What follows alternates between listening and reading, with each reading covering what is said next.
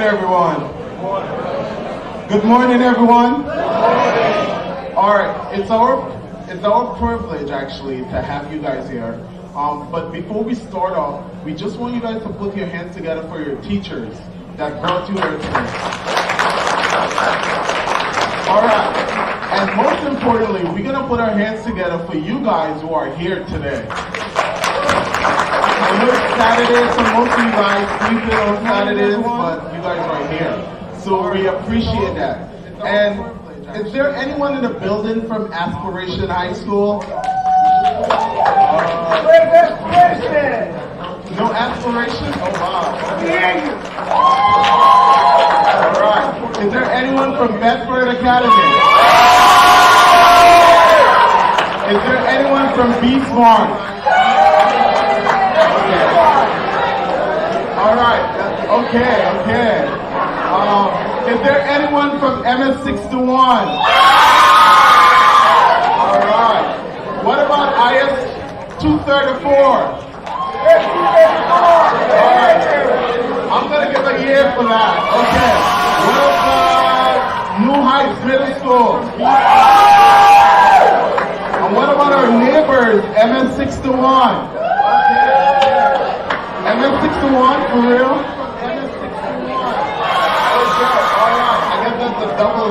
Alright, also today we want to put our hands together for all our volunteers also wearing a black t-shirt.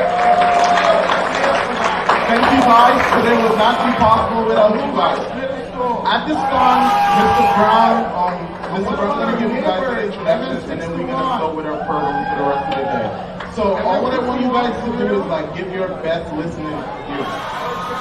Just one, not both of them. Alright, also today we want to put our hands together for all our volunteers also wearing the black t-shirt. Good morning!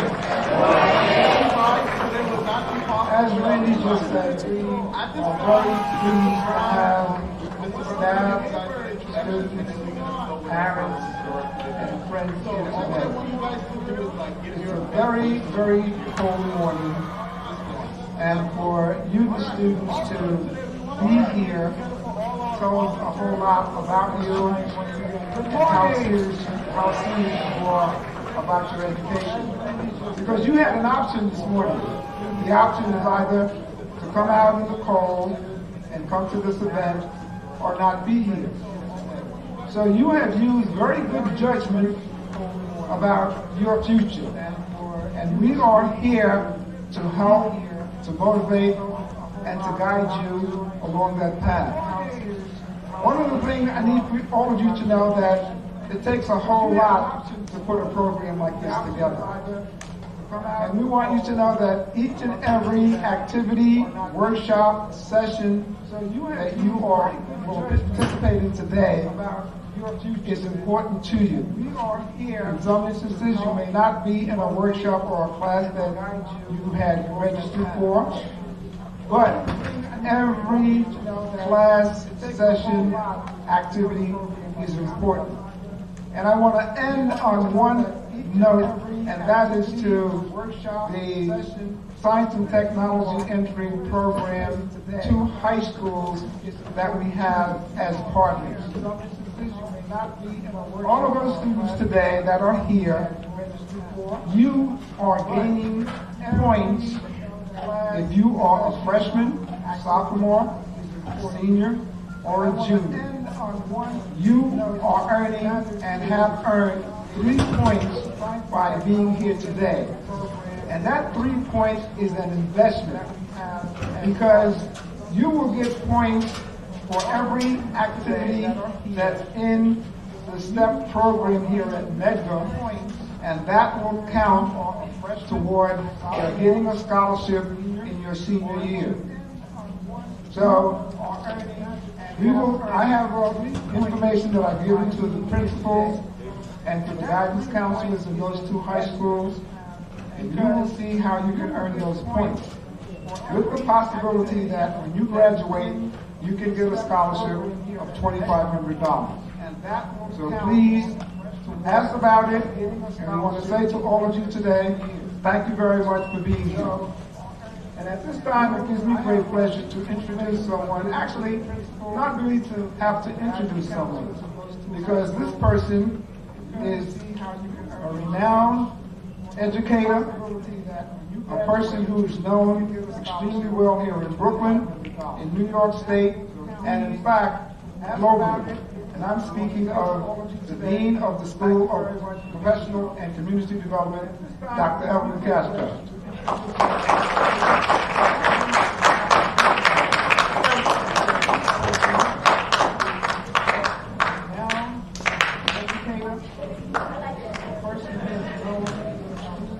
Good morning to each and every one of you. We are so blessed and happy that you are here today. On behalf of Dr. Crew, who's the president of this college, we are honored to have Mr. Brown, Randy, and their whole team as part of members of this college. But we don't do it alone.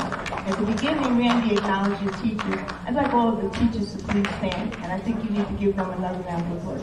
All the teachers are giving their time. Yes, come on, come on.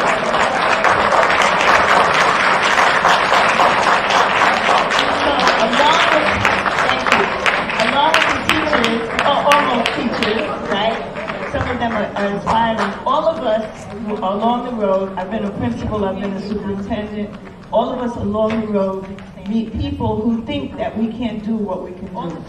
The reason that the state funds this program is that there's not enough students of color and women raise your hand, almost women, in science, technology, mathematics, and engineering. And we are hoping that your exposure today will make you think about that. This week, I had the privilege to be in the company of Michelle Obama. What's the name of her new book? Becoming. You are becoming greater than you are. You're already great because you're here today. But you are becoming something better each and every day. And there are people around me that may say, you're going to go to college? Remember, they told Michelle Obama she could never get into Princeton because her parents hadn't gone to college. But guess what? She got into Princeton. She got into Harvard. She became a lawyer. She became First Lady. So don't let anybody tell you what you can't do. We have a bunch of yes people here today that are helping you to become all you can be. The first person I have to recognize is Dean Terrence Blackman. Dean Blackman is the Dean of the School of Science here. He has been phenomenal to us. I'm very proud to be in the company of Professor Dr. Doris Withers, expert here from biology, from the Department of Biology. However, she's connected to the Smithsonian, and if you've been with us, the DNA work that she does, unbelievable, and she's devoted to you. And then I'm really, really proud of the next guy, who is from chemistry and environmental science. His name is Dr. Oz. He always works with our students, Dr. Christopher Box.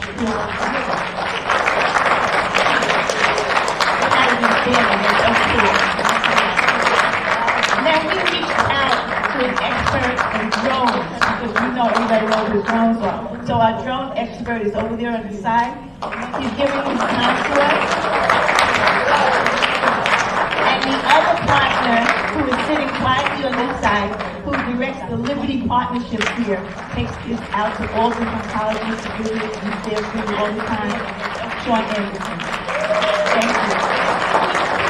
So it's not about one of us, it's about all of you, right? But what I'm saying is that your teachers, the volunteers, Mr. Brown, especially Randy, and all the people that I mentioned are here to becoming anything we want to be. This is a place of little people that are positive, not only teachers and professors, but friends.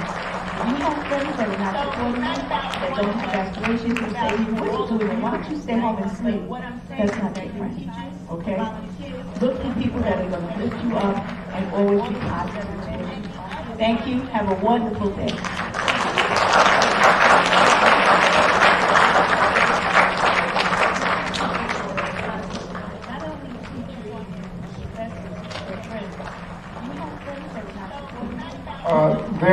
There's a couple of other people that I want to make known that's here. We have Mr. Burrell from Bedford Academy, the guidance counselor. Mr. Burrell. We have some parents here today, and I'd like for those parents to stand. Please stand, parents that are here today. Okay, thank you very much. The next person is someone who, in the short span of time that I've been here on the campus, has been a phenomenal person that has collaborated with the Science and Technology program, and along with Dean Edwin Castro, this person has helped us to move this STEP program to the next level. And the person I'm speaking of right now is Dr. Terrence Flockman.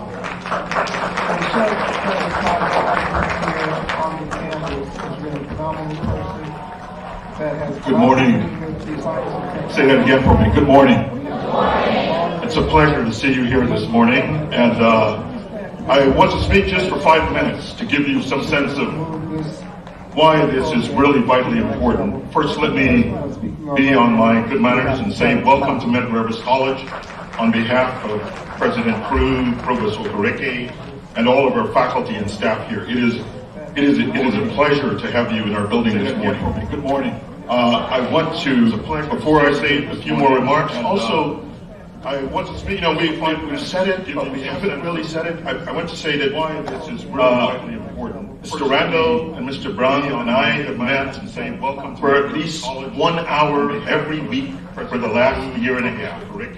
And also the commitment that these gentlemen bring and the commitment that Dr. Castro brings to the work that we're doing here is something that I want us just to take a moment to pause and acknowledge with a really warm round of applause. And I want to say on behalf of us all gathered here today, to say thank you to them. And so when we talked about this, the idea was that I would sort of speak for about 10 minutes on sort of issues that were of some importance. And I had something prepared, but then I read the program and I saw the drones, and I thought, since the drones were going to be in this room, I wanted to give you a sense of why drones were important. Now, you have to be quiet. The sound is not here, but I sort of set it up, and it will take, it's about 4 minutes, but we should look at it. Maybe we'll look at about 3 minutes of it. And then you'll say what it is. So we'll be quiet, we'll go for 3 minutes, and then I'll make my pitch to you. But then I read the program, and I saw the drones, and I thought, since the drones were going to be in this room, I wanted to give you a sense of why drones were important. Now, you have to be quiet. The sound is not here, but I sort of set it up, and it will take, it's about 4 minutes, but we should look at it. Maybe we'll look at about 3 minutes of it. And then you'll say what it is. So we'll be quiet, we'll go for 3 minutes, and then I'll make my pitch to you. Then I read the program, and I saw the drones, and I thought, since the drones were going to be in this room, I wanted to give you a sense of why drones were important. Now, you have to be quiet. The sound is not here, but I'm going to speed it up just a little bit. It will take, so here's where we are. Maybe we'll look at about 3 minutes of it. And then you'll say what it is. So we'll be quiet, we'll go for 3 minutes, and then I'll make my pitch. It's taking you a little further for your field. That's 7 months later. That's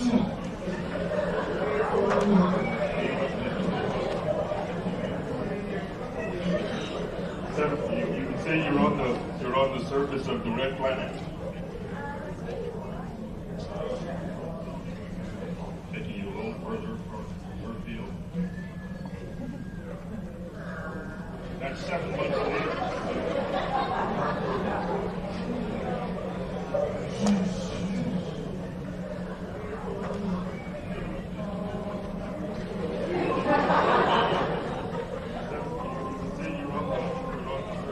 You see it now?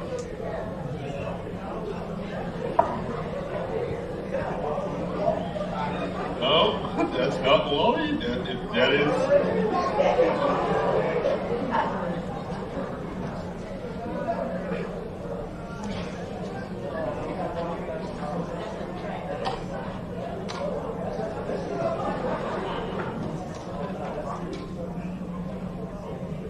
You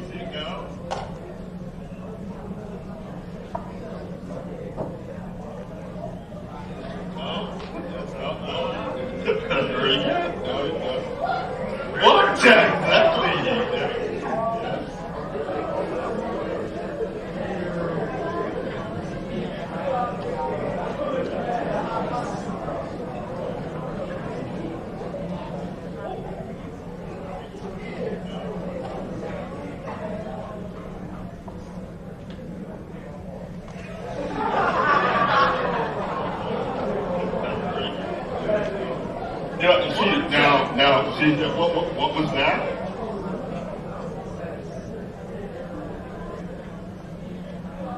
That was sort of NASA landing a robot on Mars.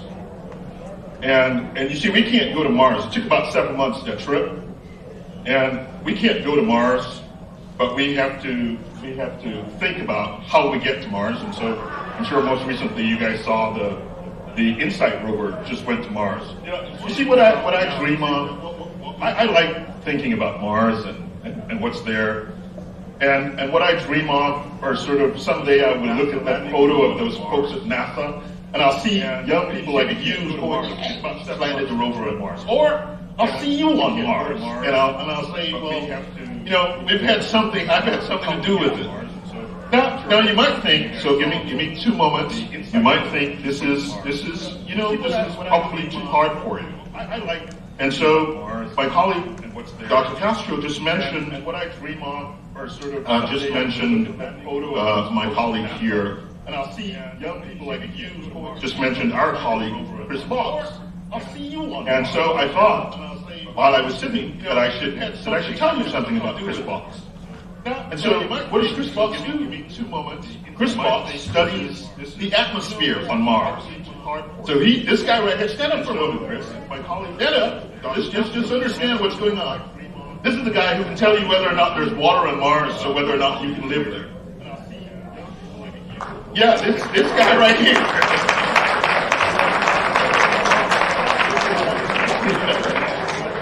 So that's what I want. I want you to understand that today is the day where we're thinking about how to get you thinking about the big world that's sort of sitting there. Not just what's happening on the planet Earth, that's important, but also what's happening on Mars, what's happening outside of our solar system. This is a beautiful big world of science. And young people like you are not fully represented in it. And I want to say just one more thing. And this was my prepared remarks, but I won't say a whole lot about that today. I think I've said what I wanted to say about that already. And so I'll just say, for the record, we're at the Spotlight on STEM. I'm Terrence Blackman. I'm the Dean of the School of Science, Health, and Technology. We're at Medgar Evers College. You know Medgar Wiley Evers, someone who died, who was killed in his yard because he wanted young African Americans and young folks from underrepresented communities like you and me to be able to vote, to be able to participate fully in the American work. So, our motto here is that we need to have, and we need to have courage, we need to have strength, and we need to have fortitude. And so that's the message that I want to communicate to you today. Doing science is a business that will engender you with courage, it will engender you with strength, and it will engender you with fortitude. And so I'll just say one last thing, and I'll let you go because I know we're a bit behind. This is the challenge. Right?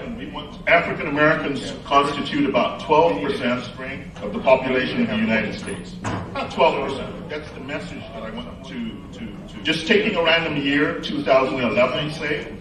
And the question was, how many African Americans got a PhD in mathematics? And I checked and I saw that 1,653 PhDs were granted in mathematics in 2011. And of those, African Americans, only how many? Can you read it for me? Only 21. Only 21. So everyone in here has a responsibility to do their math. Only 21 were granted PhDs in mathematics. And so what that says is it's very difficult for you to be in the room sending the rover to Mars if you haven't done this kind of thing. And what it says is that we have to make a really, really strong effort to provide the infrastructure for you to do this kind of thing. That's what we're trying to do here today. So the question is, how do we get there? We get there by doing things that we're doing today. So I just want you to relax now that I've said something serious, and enjoy the science of the day. So enjoy. You'll get things about the drones, you'll get things about DNA, you'll get things that ask about what the math is in it. Just take a moment to enjoy it, and keep this serious stat at the back of your mind. That's what we're trying to do. There are only 21 of folks who look like you, 1,653, in 2011. And I need you to be number 22, number 23, number 24, 25, 26, and so on. So young men and women, thank you very much. Welcome to Medgar Evers once more, and let's go about our day.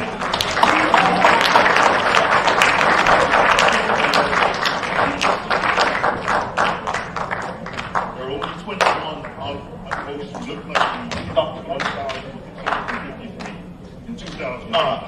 And I need so Randall says I should tell you what I do and what kind of science I do. So really quickly, I made a very long thing. I'm a number theorist, and what I do is I study the numbers. I study here. Medgar Evers pays me, I won't say how much, but it's more than 6 figures.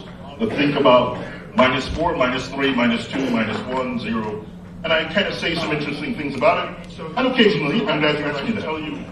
Occasionally, and what kind of science people send me papers, and they ask me to say, someone just wrote something, so I got this one last night, someone named Ode Effinger, and she wrote something and she says that she discovered whether or not it was a coincidence that every positive number and its fifth power seemed to have the same last decimal digit.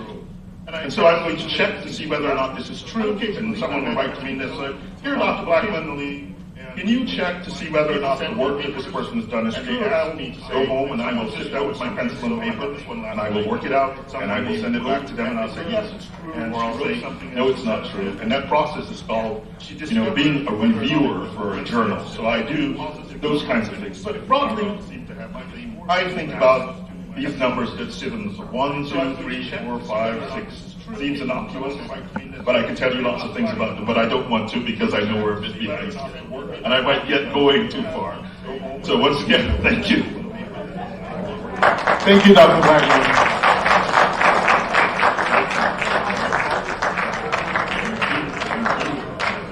All right. So I just want you guys just to stop. Those who were texting at the back, you just stop texting right now. Put your phone away a little bit. But I don't want to because I know we're a bit behind. And I might get going too far. So once again, thank you. Sometimes I know this. Thank you, Dr. When I was younger, I would hear a lot of stuff. I would hear a lot of great people come before me, say a lot. All right. So I just want you guys to stop. What does that have to do with me? I'm just here. I heard they're gonna have sandwiches today, and I'm gonna enjoy it. I'm happy, but I want you guys to stop and just think about what will be my contribution. They're contributing to me today. They're giving of themselves. How can I give of myself to the future? And what can I do? What innovation that I can invent? And today, we're just here to spark your curiosity. We're just here, all these great people who are here, who have studied, who have showed themselves, have gone to school, gone to college, did PhDs upon PhDs. And just think about, they just did it so that they can come back here and say, you can do it. They're contributing to that's your path. So today, I want you guys, there will be tons of information. All of you guys have different workshops to go to. All of you guys are going to have a break period in between. But I want, while you're going, just allow one thing to register to you. Allow one thing that you can walk away today and you can tell your mom, your dad, your grandmother at Christmas dinner, like, this is what I know. I met a mathematician who studied numbers, real, and reviews numbers. I met a geneticist. I met people, women who are scientists, and they look like me. Those are great things that we can have and we can put it in our memory, and it will reflect well for us, and it will inspire. Because I'm inspired already. So at this time, we're 15 minutes behind. So what we will do, we will allow all our presenters today, everyone that will be doing a workshop, I'm going to allow them to enter their workshop space. While we're doing this, I want to go through a simple drill with you guys today about your little name tag. If you have a name tag, just hold it. Hold your name tag. Turn it around so you can see what's on it. And it should mention your name and your school. For some of you guys, it will mention someone else's name. And if it's mentioning someone else's name, you're that person today. Okay. And that's fun. You're able to live in someone else's shoe today. Also, it says 10:15, and at this time we will actually start our first workshop at 10:55. Mentioning someone else's name, 5:5, yes. And from there, so the first thing we're gonna do, I'm gonna meet with all the group. Also, it says yellow. If you have a yellow t-shirt, you can stand up right now. If you have a yellow t-shirt, stand up right now. 10:55. 5:5, yes. From there, so the first thing we're gonna do, I'm gonna meet. And there's someone in the back and she's waving.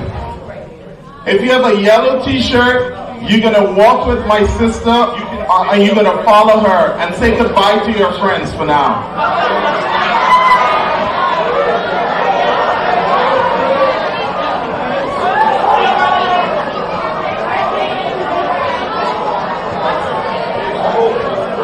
You should only be moving if you have a yellow t-shirt. Someone has a red t-shirt there, you're walking.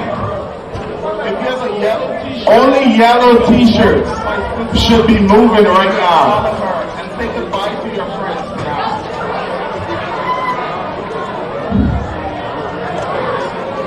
Alright. And if you have a green t-shirt, you can stand now.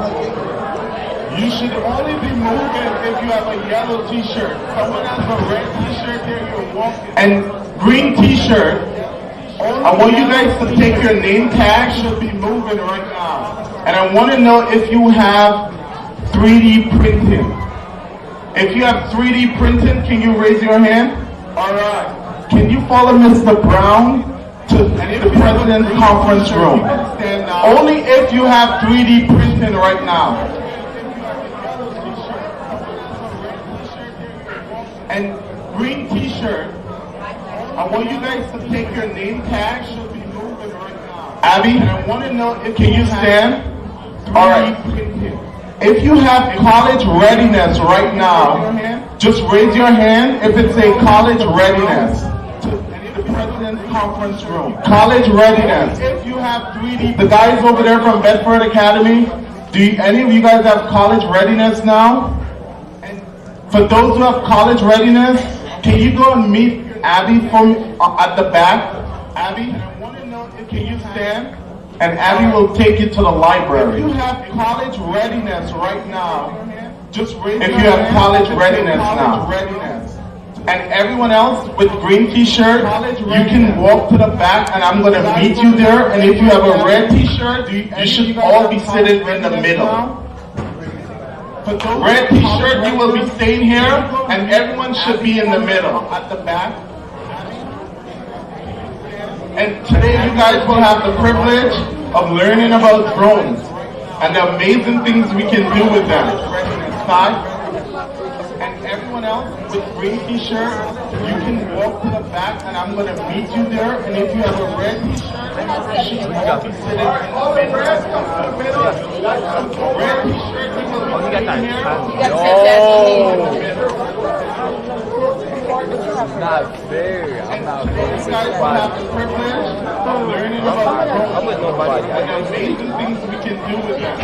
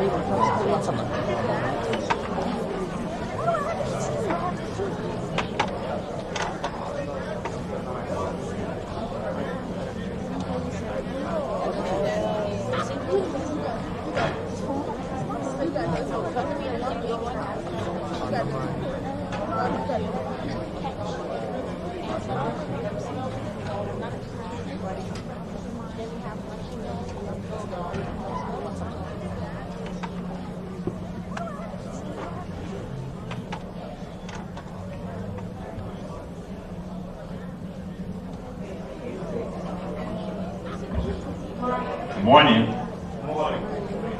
lot of good mornings when you go to presentations, aren't there? All right.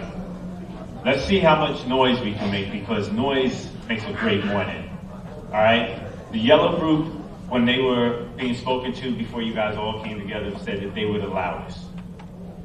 But I think it could be the red group. So let me hear you guys make some noise. Good morning, make some noise!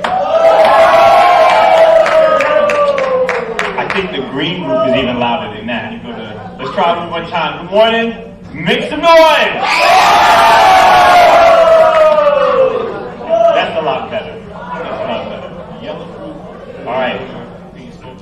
So first I'll introduce myself. My name is Kahil Skimba. And it's not an easy name to remember. Not even easier to hard to spell. But everybody calls me Khan. It's even louder than that. Let's try a syllabic name. And make some noise! So how many people are familiar with the STEM format? All right. Well, okay. First, I'll introduce myself. Who said? Raise your hand. Who said justification? That's you. So you're familiar with what's going on here. You get that on your phone sometimes. So I'm going to show you what it really is, but without sound. But the program this is sound. So how many people are familiar with the STEM format? All right. Okay. First, I'll introduce myself. Who said? Raise your hand. Who said justification? That's you. You're familiar with what's going on. But what you're seeing here is a movie, major movie, and this movie is about this woman who it really is being stalked. And she gets really concerned, and she's getting text messages all the time from a strange guy. He follows her around. There he is. Everywhere she goes, she sees this guy. Keeps moving from city to city. But keeps registering to get orders of protection from him. And this movie is about this. She keeps having to go through this process, and so she eventually ends up at another place that's supposed to support her. And she gets really concerned. And it turns out that they think she's mentally ill. He follows her. So they decide to keep her. There he is. Everywhere she goes, she sees this guy. They commit her to the mental hospital. Keeps moving from city to city. And then she starts seeing the same person that she's afraid of. She keeps having to go in the mental hospital. She eventually ends up at another place that's supposed to support her. This is a movie, and it turns out it's called "And Unsane." So they decide to keep her. She is, and so now she's in the mental hospital with all the people taking pills and saying crazy things. But she starts seeing things that look like the same person she's running from. Her mom comes to try and help her, but her mom can't do anything. This is a movie. The police won't help her. She sees the guy, she cuts him, but it turns out to be somebody else. But she's seeing things. She is. Can't trust herself. She's in the mental hospital with all the people taking pills and saying crazy things. And this is basically what the movie's about. We're not going to get more out of it than that in the moment. A mom comes. This came out in 2018. Well, every movie gets different amounts of marketing budgets and promotions, and they also market to a particular audience. So, let's say Nicki Minaj is in a movie. Right. You might watch it, but you're going to know about it because they're going to advertise on the channels that they think you're going to watch. They're not going to advertise on Home and Garden Television. They're going to advertise on what stations that you watch and whatever platforms and apps you go to. They're going to talk about that. But let me tell you why I showed you this clip. How many people here have cell phones? Let's say this whole movie was shot, except for a few scenes, on an iPhone. You might watch it, but you're going to know about it because they're going to advertise iPhone on the channels that they... No, this is in theaters. They're not going to advertise. When you see Regency and those big companies, that shows you the power of the phone that you have in your hand. You go to, they're going to talk about it. That's right. I want you to like it. And the reason why it's super important, and one of the other things that they had in here is one of the shots that they had was done with a drone. And so they shot this movie with the same thing that you use every day to talk to your mom, to text to your friends, to shoot videos here and there, to Snapchat, to go on different apps and so on and so forth. They shot this movie. And so that's the amazing part of this, and that's why I showed it. So, the reason why it's the program that we put together, one of the programs we put together at Movie Mentors is called Phones and Drones, where we teach you how to make your own movies using your phone and some of the drones that you see over there on the other side of the stage. How many people here have flown drones before? Flown drones. When you fly in the past tense, flown. Yeah. The program that we put together. So that's part of what our program does. That's one of the programs that we offer, where we help you tell a story and then tell it to other people by putting it on the screen. Some of the drones that you see. And so that's sort of one of the things that we do. Now, people here have flown drones. How many people have ever shot a movie? Shot a movie. Do I count what? Snap? The app? Yeah, that counts. No, he asked a really good question. He said, do I count Snap as shooting a movie? That's one of the programs that we offer. Instagram and things like that. When you shoot little videos, if you were to take a bunch of your little Instagram videos, could you put them together and tell a bigger story? Right? But sometimes you shoot one part of what happened, something that you saw, and then something else might happen and you'll film it again. Then one of your friends might want to have a commentary about it. Yeah, if you string those all together, you shot a short documentary. He said, do I count? Right? You told a story. You had some feedback about it. You were able to share it with people. You shoot little videos. And so that's what filmmaking is. How many people tell stories? Here, bigger story? By a show of hands. But sometimes you shoot one part. How many times when you go home does somebody say, what happened at school? And you tell them about something that happened at school. You're telling a story, right? Do you talk about the boring things? Do you say, and then we divided by 6, carried the 1? No, you say, so then, and you talk about what happened in the cafeteria. You talk about it, and he thought he could slam dunk, and he only got about 6 inches off the ground, right? You tell a story. And sometimes you filmed it, right? Because someone says, I'm going to slam dunk the ball, and everybody pulled out their cameras about something that happened at school. And then they tripped. You're telling a story, right? Exactly. And now you have a comedy versus a documentary. You're telling a story. And so what the idea is recognizing the power that you have in your hands.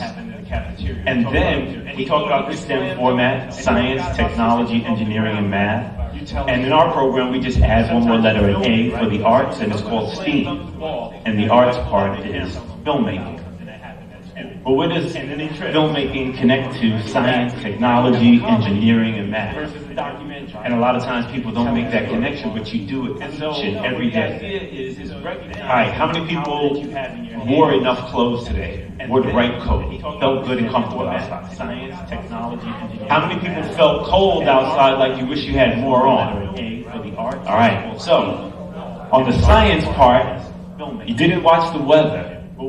But if you watch the weather is the science of certain things. They lie sometimes, but there's ways of telling, right? You look out the window and you make an assessment about what's going on out there. Yeah, it's raining here, but they said it wasn't going to rain today, because that happens sometimes. But you're making these observations, which is part of the scientific part. But then you make adjustments and you do certain things according to that. On the technology side, we talked about apps that you guys use. You guys are using apps all the time. You're doing different things. You're interfacing, which is translating what you were thinking into a hand function, into commands that are happening inside of your phone that result in something happening here. So your technology is there. When you assemble different things, when you put things together, you're working with the engineering for it. And you may not think about it, but you're doing math all day, every day. When you go to the store and you buy a bag of potato chips and your friend eats more than you say, you ate more than half of my chips. You're doing it. I didn't hear what you said. No cap? What's no cap? To your technology. Oh, okay, for real. Okay, that's the see, and now I'm learning. That to me, that's the science of language. But the idea is you're always integrating these things into what you do each and every day. And so what we want to try to do is make sure that you guys that have interest in understanding the film industry, using it as a way to enhance your skills, get better at science, technology, engineering, and math, while we're having fun making movies. No cap. And so that's one of the things that we do. Now, why would I do that for you guys, right? I could just go out and do my own thing, right? The project that I'm working on right now, I work with Donnell Rollins, who is from the Chappelle Show, and he's hosting a comedy show that we're getting ready to film on the New York City subway system. Can you be on, define what be on it means. Get better at science, technology. You want to be in there, a part of it. Yeah. And so that's one of the things that we do. We are filming on our iPhones.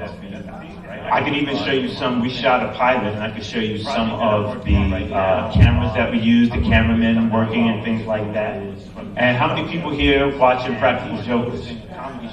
That's a lot of you guys. All of our camera people come from Impractical Jokers. They're used to working with small cameras and things like that, and so on and so forth. All right, and so what we do is, when we work on those projects and shows like that, we integrate young people because we partner them up with the camera people so they can learn how to work the cameras. But who here thinks they know a lot about the movie industry? You do? Okay, I'm gonna need your help. I want you to tell me every job you can think of in the film industry. Cameras and things like that, and so on and so forth. All right. Go ahead. What we do is anybody else can chime in. Okay, I'll take you right there. Shows like that, we integrate young people because we partner them up with the camera people so they can learn how to work the camera. That's right. But who here thinks they know a lot about the movie industry? You do? Okay, I'm gonna need your help. I want you to tell me every job you can think of, if it's required. Yes. Cameras and things like that, and so on and so forth. All right. Go ahead. Anybody else can chime in. That's right. Okay. Who's in the movie? Right there. Shows like that. Actors. That's right. You might be. That's right. That's right. That's right. All right. He named a lot of positions in the film industry. I didn't hear you. Screenwriters. That's right. Visual effects artists. That's right. So the reason I mention that is because I like to introduce what we do at Movie Mentors is we connect everybody with different folks that work in the industry, because not everybody can name all of those things, but there's so many different avenues that you can work on in the film industry. And so some people say, I like to cook. What does that have to do with the film industry? Screenwriters, that's right. Well, you could cook in the movie, but there are also people with their job is to design the way food looks on screen. Sometimes it's real food, but they use secret tricks to make it look better than it does when you get to McDonald's or Burger King or someplace like that.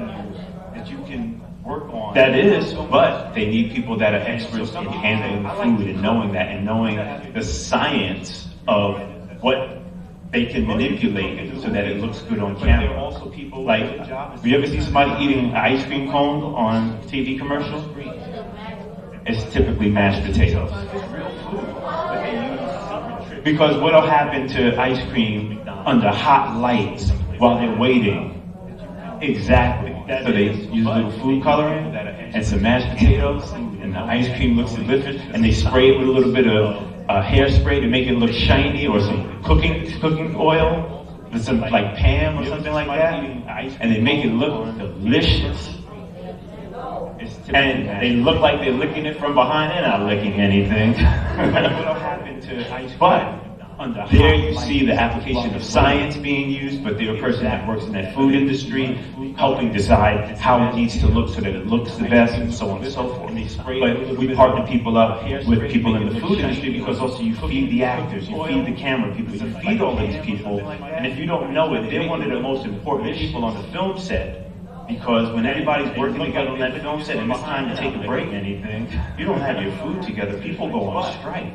They're like, we're not going back to work. Where's lunch? Lunch is late. Everything stops if the food stops.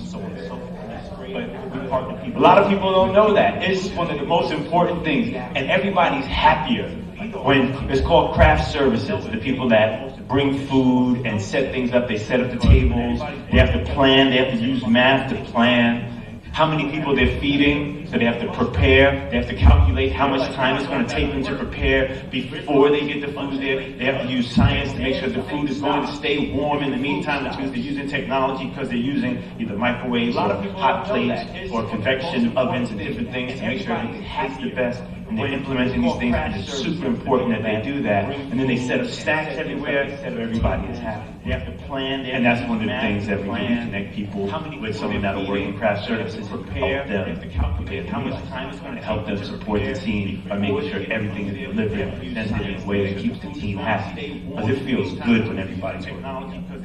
So then there's another job like, you see a lot of lights are used in film work, right? Lights, camera, action. And the lights are important because the cameras take better images with more light. All it does is reflect, the lights reflect off of whatever the person is or the scene is into the camera. And the more light you have and the more information you have, you get better pictures. You ever get a bad picture on your iPhone or on your phone? But sometimes it looks better when there's more light, so the flash comes into play, right? I didn't hear you.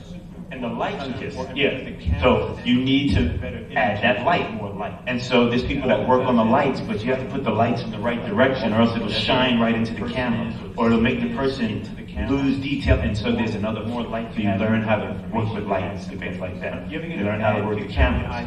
You learn how to work the drone. And you do different things like that to get different effects. And that's what we do with this project. Right? So why do I do all that? Let's see. I'll tell you a little bit about myself. I was born in New York, and I grew up between the Lower East Side of Manhattan and right here in Crown Heights.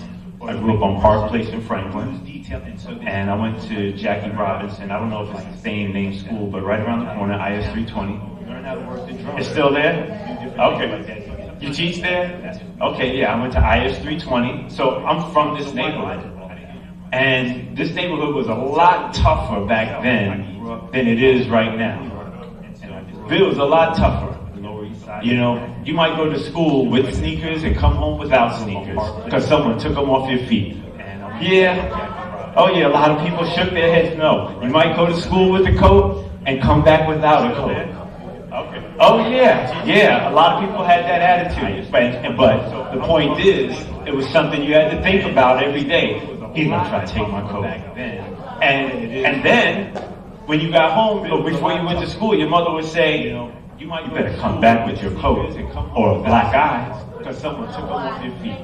Yeah, my mom, you better not let anybody take my coat from you, but my mother considered everything I had hers since she paid for it. Yeah, a lot of people had that attitude, but the point is, it was something you had to think about every day. That's her Metro card as far as she's concerned. Lose that coat, watch and see what happens. So, but it was a lot tougher time. So, there was a lot of distractions going on and things like that. I went to IS 320. And then from there I went to August Martin High School out in Queens. And the focus at August Martin that I signed up for was the flight program. So every so often they would take the entire school or the entire class to an airport in Long Island, and we would go up and fly around, and the guys would show us what they were doing, and they would land the plane, and we would go back. But we were learning about flight all the time. A lot of distractions going on, and I ended up graduating when I was. What's the age group for this group here? 15, 15, 16. Who's 16 by show of hands? That crew there? Anybody 17? Anybody? You're 17? Okay. When I was 16, your age, I was finished with high school. The guys would show us what they were doing, and they would later. I'll tell you how. You want to know how? So when I went to IS 320, I was in what's called the SP program. So I went from 7th grade to 9th grade. 15, right? So when I went to high school, I was a year younger. I went into 10th grade instead of going to 9th grade. My birthday is in June. So when I graduated, I used to go to night school and summer school, not because I failed classes, my friends failed classes, And so since I hung out with them, I would go to night school because I could play basketball indoors during the winter and in air conditioning during the summer. So I ended up with all these extra credits. They had to take extra classes, so I would just take an extra class. And I ended up finishing in January instead of June. I had only been 16 years old in 7 months at that particular time. And by the time I went to college, I had just turned 17. And I had my own apartment. And so since I hung out with them, I had I had a motorcycle before I had a car. At 17. Air conditioning during the summer. I went to school in Alabama. Now, why did I go to school in Alabama? And it might seem funny, right? And my mother was scared because of folks like Medgar Evers and the experiences that they had battling racism and being victims of racism. My mother, before I went to school in the South, she was like, if the police stop you, put both hands on the steering wheel, make sure they see them, say yes sir, and nothing. My mother was really afraid of me going to school and I by myself. But there was a professor at Wingate High School named Dr. Strong who had figured out in Alabama there was the least expensive flight school, and you start flying before your third year of college like you would at some of the other flight schools. So it was a way to start flying sooner than later. And when I got down there was a bunch of people that he had sent down there the year before that were my flight instructors now. But they were only 2 years older than me. They were 19 years old, 20 years old, teaching us how to fly. So I was 17 years old, and now I went down there in late August, and by the time it was the first week of October, I was flying a plane by myself. So it was a way to start flying. And I remember it so clear because you do what's called a touch and go, or a touch, stop and go, where you fly the plane and you go around the airport one time, called a pattern, and then you come down and you land and you stop, and then you go again. And whenever you first fly by yourself, the rest of your classmates come out and they stand on the side of the runway to watch. And I remember coming down to land, and I landed the plane so nicely. They all were cheering and jumping up and down. And I looked at the time, it was about 3:30 in the afternoon. And I thought about all my friends and what they would be doing right now. And they were either hanging out on the steps right on Franklin Avenue. I used to hang out on Franklin and Bergen. I used to hang out on Eastern Parkway in Washington. Those were my friends were. And I thought about them, and they were all doing what they always down to land. And it really made a big difference in my life because it made me realize by me choosing to go to that school, I was flying a plane and I was doing it by myself because I made a choice to do that. And just for a point of interest for you, I could fly a plane before I bought the motorcycle and before I could drive a car. So I learned how to fly a plane, then I learned how to ride a motorcycle, then I learned how to drive a car. And it really made a big difference in my life because it made me realize by me choosing, I felt it. And when I got older, I stopped riding because as I started building a family, I recognized that there was some threats that could jeopardize me being there for my family. That's why I stopped riding a motorcycle. I would ride in the woods and things like that. In Alabama, they have like clay pits. You can jump and do all those things. And I had an enduro bike, which is for the streets and for dirt roads and things. So I would do that, but I wouldn't ride in the streets anymore. But it can be tricky.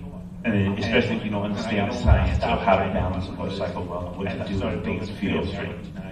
So let me go into how this brings all of these drones in, because drones are part of flight. But then I got a little bit older, and I realized that flying wasn't what I wanted to do as a job, per se. Because you sit inside the plane, and you're inside a really small office all day long, and you go a lot of different places, but you don't get to live in them and really do things and experience in them. And for me personally, that wasn't what I wanted to do. But I enjoy flying, and I still fly, because I have family members that belong to Navy flight clubs, and when I go to Florida to visit them once a year, we go flying, like that. I keep my skills up, I realized that flying wasn't what I wanted to do. So that's how I started flying, and I was only 17 years old, the same age as you, my own apartment, to my own car right after that. So it's doable, it's something you could do, but it was a decision process. Then, when we fast forward a few years later, I ended up doing stand-up comedy. Belonged to Navy flight clubs. And let's see, I'll show you a little bit of that. I How many people know who Martin Lawrence is? Okay, I worked with Martin Lawrence. I started a particular project. Again, I was only Huh? 17 years old, the same age as you. That's the question you're gonna have to ask him. You know, I can introduce you to him, but There was a decision process. Then, when we fast forward 2 years later, I let's ended up do doing, this. Let me just stand up to the internet. And But one of the things that I wanted to share that was super important, because I was speaking to Dean Blackman, was I wish I knew somebody like him when I was your age, because I was really great at math. When I was in high school, I took the physics regents. You know, when I guess you guys still take regents? Yeah, so you know, I took all the basic ones, and then if you wanted to get a regents diploma, you had to take a different type of, you had to take the regents, you had to pick a particular regent. So I took the physics regents. I had 110 average in physics, and a lot of times I would take tests, and the teacher would come and say, well, you didn't do this step, and this step, and this step. And I'd say, you don't need to do that step, because every time you do that step, you always end up here, so I can go from here to here to here. Right? And I could prove it on the side. And when he used to talk, I could see the numbers. When he would talk, I could see them almost floating in the air, and I could understand the formulas that way. So, you know, for me, that's what was good then.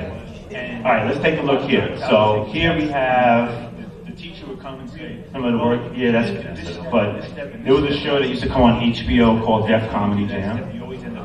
And right? No, you can't hear nothing, but it's probably adult language. You don't need to hear it right now. You get enough on the subway. And so there was a show, Def Comedy Jam, that used to come on, and you know, for me, all the elements of hip hop were infused in it, dancing, and there was Martin Lawrence and DJ Kid Capri and all these different things. On HBO called Def Comedy. And I'm gonna come down a little bit. There's Jonathan. No, you can't hear nothing, but it's probably adult language. You don't need to hear it right now. You get enough on the subway. And so there was a show, Def Comedy Jam, that used to come on, and you know, for me, all the elements of hip hop were infused in it, dancing, and there was Martin Lawrence, and so then here comes Martin Lawrence again. And if you take a look at his sweatshirt, it says Howard University. There was a clothing line that used to represent all the HBCUs, and he was wearing that at that particular time. And right now he's saying, coming from your hometown, Brooklyn, New York, and the name I went under was the great Kris Kringle. And that's me when I wore the same size clothes as you. That is me. And if you take a look at his sweatshirt, it says Howard University. I'm a lot older. You can watch this. It's on the, if you have the LOL app that Kevin Hart owns. Kevin Hart has an app called LOL, for Laugh Out Loud. You know, huh? And that's me. Oh, I'm sure it's me. The same size clothes as you. That is me. It's me. Who said they like the clock? I'm a lot older. My daughter is going through my closets every day trying to find that belt. She loves it. She loves it. I still have it. LOL. It's in ready to go. It's in the closet. The closet. It's that belt. Huh? What shoes do I have on? So the shoes I had on were suede Converse. I was sponsored by Converse.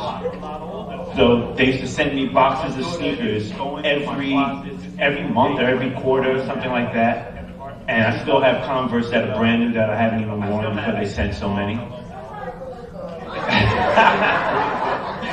I wear 10.5 in Converse, which is about 11.5 in regular sneakers. Converse Brothers. So the shoes I had on were suede Converse. I was sponsored by Converse. Right now I have on, send me boxes of sneakers Polo. Every month, every quarter, something like that. And I still have Converse that are brand new that I haven't even worn because they sent so many. So they still sell these belts. They cost over $1,000. 11.5 in regular.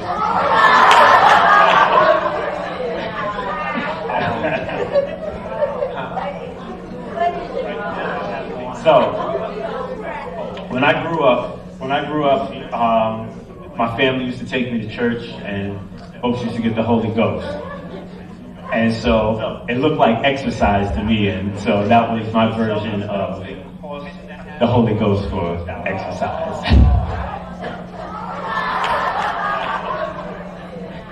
So the way that they took out some of the adult parts, so if you do watch it on the app, it's okay. I'm not going to tell you not to. It doesn't get out of control. So My family used to take me to church. I didn't folks used to get the Holy Ghost. Very little, like maybe one cuss word, because my mother was sitting out there. I think it starts with an S. But because my mom was sitting there, it was because my mom did pretty much. Yeah. My mom is sitting in the audience. Let me see if I can find my mom. I didn't get folks used to get the Holy Ghost. I'm trying to wonder. I used to wear different color Converse at the same time. I don't know what I think I wore the same color on this one. Yeah, I wore the same color on this one. But because my mom was sitting there, it was because my mom. Those are some of my friends sitting there with that hat. She's an attorney now. She went to Rutgers. My mom is sitting in the audience. Let me see if I can find my mom. Oh, she was. She had a good time. Let's see it. I'm trying to wonder. I used to wear different color Converse at the same time. I don't know what I think I wore the same color on this one. I'm gonna find a picture of my mom for you guys, and then I'm gonna continue on with a few things. But because my mom was sitting there, it was because my mom. Those are some of my friends sitting there with that hat. She's an attorney now. She went to. All right, so, but I mean, the point of this was me doing stand-up comedy led to me ending up in working for Disney. I worked for a guy, his name was Eric Van Lowe. Eric Van Lowe was the head writer for The Cosby Show at that particular time. And he took me out to California, and I worked for his production company, writing, helping write TV shows and different things like that. So that was my beginnings into the filmmaking world. Then they ended up getting a TV show I didn't want to work on called Homeboys in Outer Space. I know Dr. Black would like the space part, but I don't know if he likes the other part. Alright, so there goes my mom. I'm going to show you my mom. I just saw her. He took me out there. I'll show you in 1 second. I'm going to get there. And right there, in the yellow hat, helping write TV shows and different things like that. That's my mom. Getting into the filmmaking, right? Well, I'll show you on the computer if you really need to see. I'll show you. Homeboys in Outer Space. My mom is about his complexion. Like the space part, to answer her question. Alright, so you was my mom. I'm gonna show you my mom. You. Yeah. So now here I am. I'm working out in Hollywood.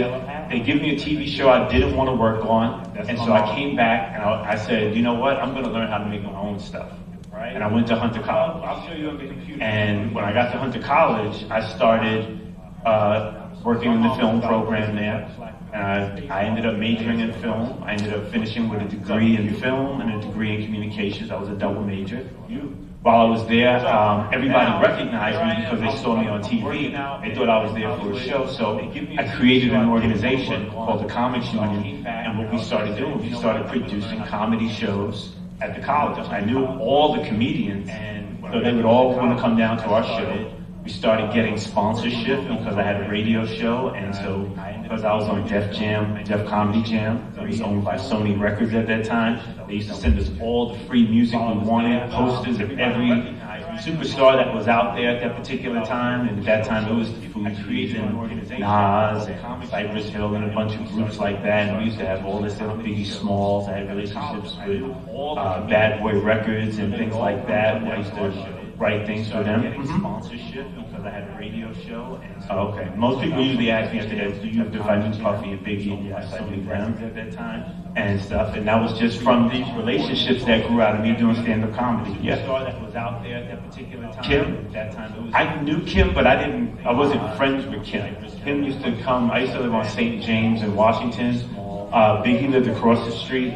And so we were like the two known people in the neighborhood. When I came outside, you know, people would want to stop and get me to sign things and talk to me and ask me about shows, and he would come and we would talk and hang out and you know, we just recognized each other because we were both doing things. He wasn't even Biggie was just hanging out in your neighborhood when I first met him. He wasn't knew Kim, but I didn't form in like the way we see him a lot of times at that particular point. And so, but that was the beginnings of how I got to where I was. Like, you have two known people in the neighborhood. When I came outside, who's my favorite rapper? That's a good question. I don't have one, because sometimes it comes in the form of a group, and then sometimes it comes in the way that I'm feeling. Now, like for you to ask me about a group, I'd probably go with, no, New Edition's not rap. Nowhere near. But just a fun fact, that's the first concert I ever went to by myself as a kid, New Edition. But favorite group would be probably Public Enemy. Public Enemy, because I love the way Chuck D rhymes and the things he talks about.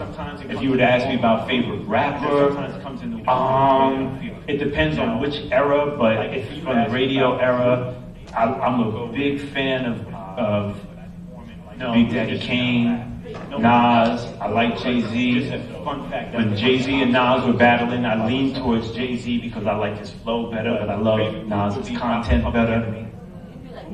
Public Enemy, because I love the way. Nah, I'm usually driving, so I kind of do it. If you were to ask me about favorite, so yeah, my girl does that. Radio era, yeah, she does. I'm a big fan of. With the acting thing, yeah. Well, the way it works is, if we're coming to your school and we're producing and we're doing projects and things like that, somebody from your group is going to have to be the actor. Somebody's going to learn how to fly the drum. Somebody's going to learn some of the different parts. So it depends on which program we're working on at that particular point, but it's something that can happen. I haven't talked to your school yet, but those are things that we connect with and do. The acting thing, okay, the way it works. Okay.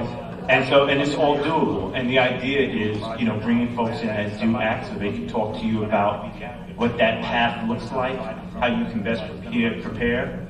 If they talk to you about perseverance, again, we get into things like that decision quality, dealing with ambiguity, because you'll have a lot of unknowns that'll come your way. And the work, the discipline that goes with it, because it's a lot of work. And a lot of times when actors get their awards, they're thanking everybody not for the movie that they did, but for all the rejections that they got. So your psyche has to be strong. You have to really have a positive self-image. You have to really, really focus on the things that you do in school, even on the levels that you're doing now. Because when you perform well in other areas, you feel good about the new endeavors that you'll take on. And you don't want to build up any self-confidence, lack of confidence in yourself because of the lack of effort in the areas that are challenging. And that's super important when you say, hey, I'm interested in the acting part. It's not just because people think you're funny or you're able to, play a few scenes. There's more to it. There's a lot of work that goes into it. So that's one of the key important things. You perform well in other areas. So yeah, we would be able to talk about those things.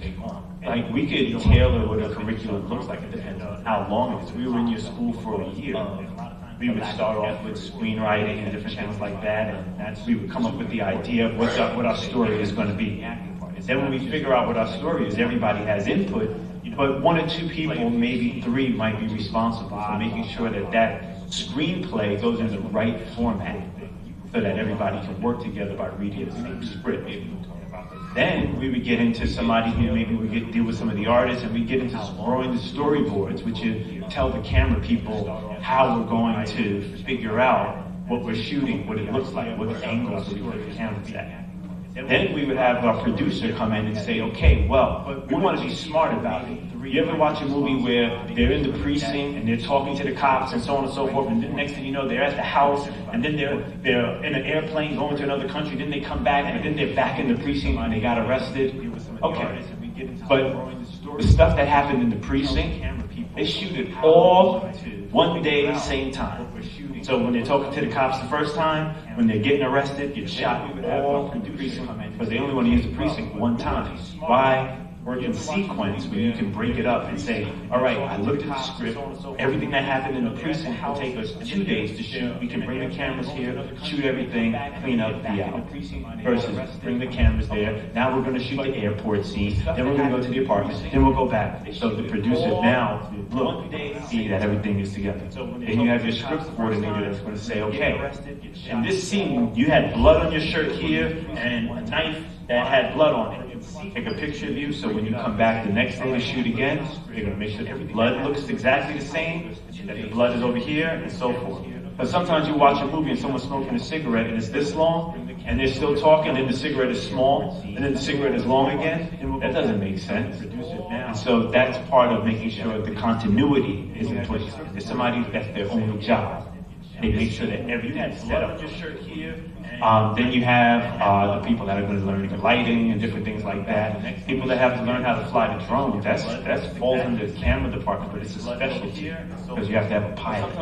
And the pilot of that drone has to know who to speak to get authority to fly in certain areas. They have to know all the safety procedures so that nobody gets hurt.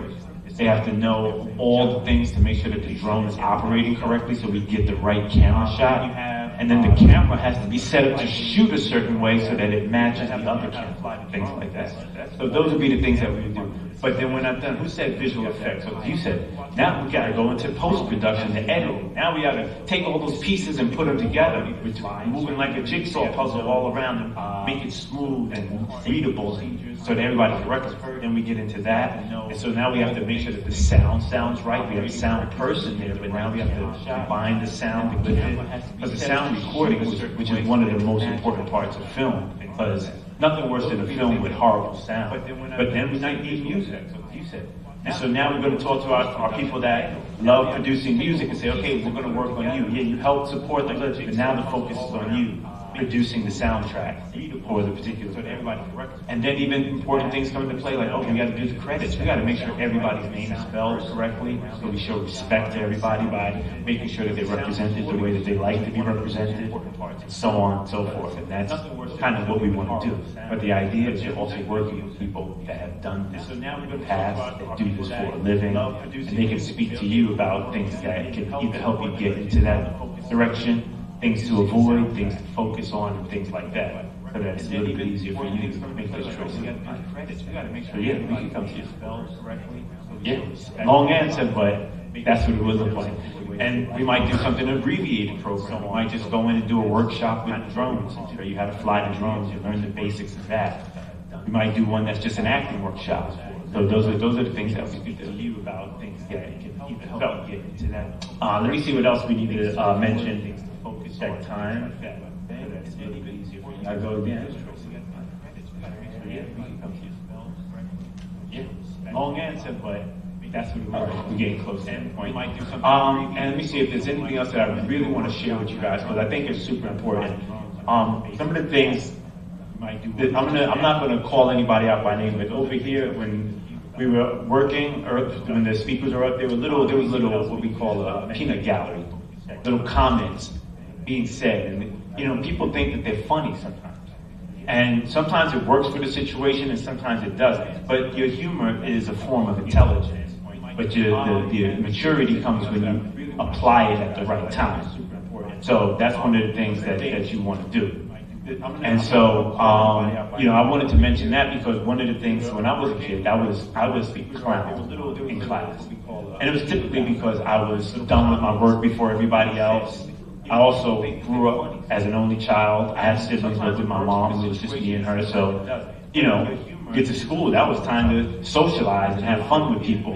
And it took me a while to understand that I was interfering with other people's learning, or I wasn't respecting their time, and that was super duper key. But, I wanted to mention that because it would have been nice if somebody could have recognized that that was a form of intelligence. And I want to encourage you guys to pay attention to what you enjoy doing, recognize it, and try to talk to people that do things similar to that.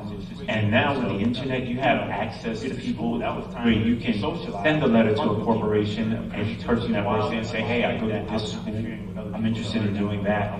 Would you be able to share some words about what I could do next to work in that field? Could you just tell me what your day is from day to day? Because, the things that we're talking about with robotics, the things that we're talking about with drones, that's the future.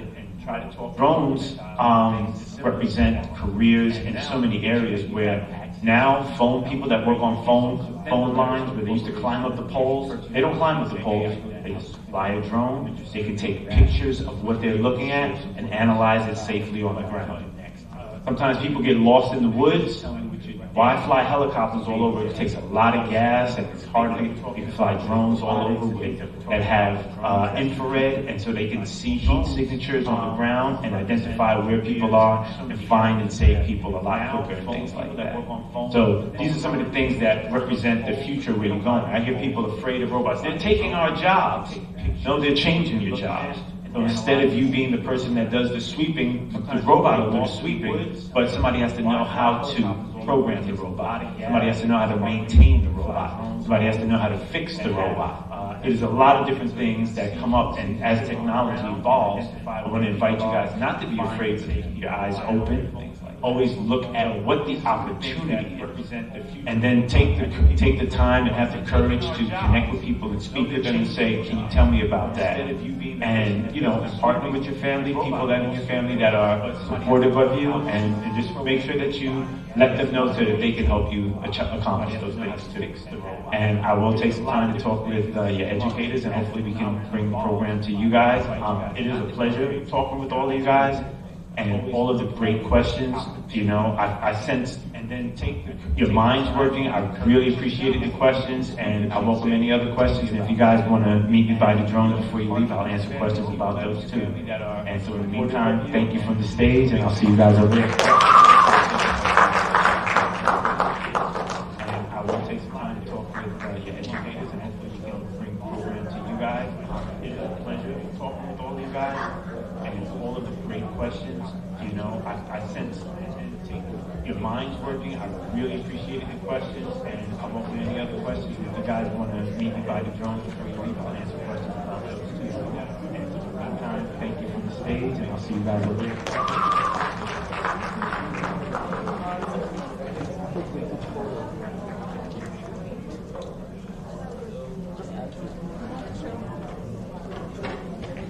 Yeah.